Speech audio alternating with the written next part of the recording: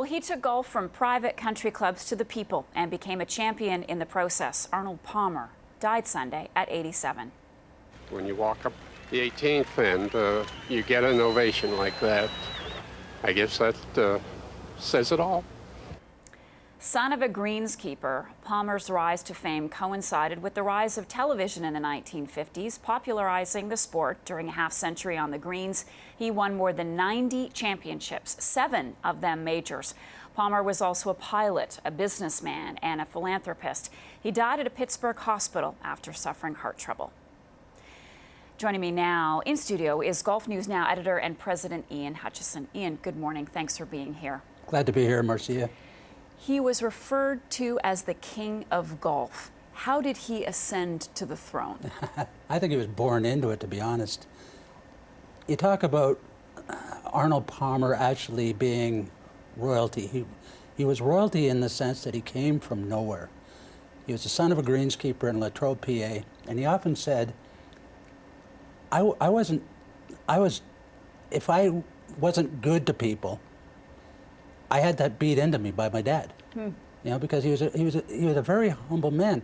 And to meet Arnold Palmer, you'd never believe that you were talking to who you were talking to. You know, actually, I was talking with John, your producer, off stage, and he talked about his grandma getting hit at the Canadian Open by Arnold Palmer with a ball. Arnold Palmer came over, gave her a ball, gave her a hug, but that wasn't it. He finished his round, then he went looking for his grandma again to make sure she was okay. That's the kind of man that Arnold Palmer was. Funny story, too. I was down at the World Golf Hall of Fame. Marlene Street, the Canadian, was being inducted there in 2004.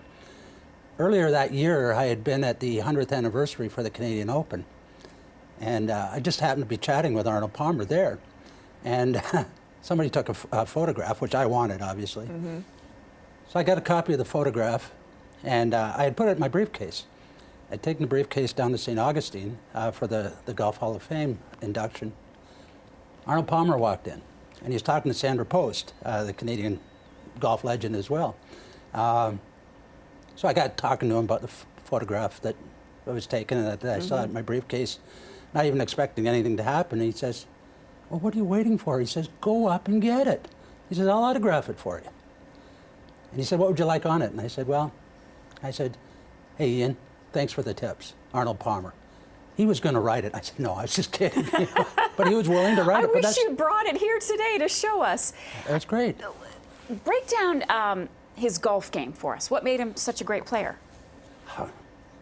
He was, you know, a lot of people talk about how he was like Tiger Woods and the impact that he had on the game. In a lot of ways he was, but I kind of compare him to Phil Mickelson in the sense that he was a risk taker, a very flamboyant, swashbuckling out there, would take a risk, wasn't afraid to take that risk.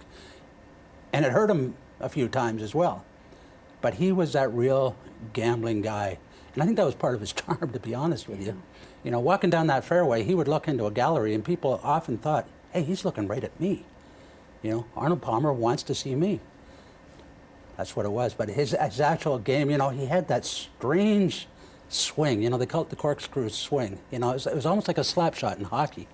You know, but his, you know, there's just, you know, I look at this year and I think we've lost Gordie Howe in hockey. Yeah. We've lost Muhammad Ali in boxing. And now we've lost Arnold Palmer in golf.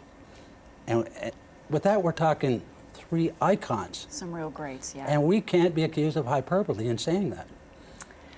Thank you so much for being with us and sharing those stories. Golf News Now editor and president Ian Hutchison. Always great to see you. You take care. You too, Marcia.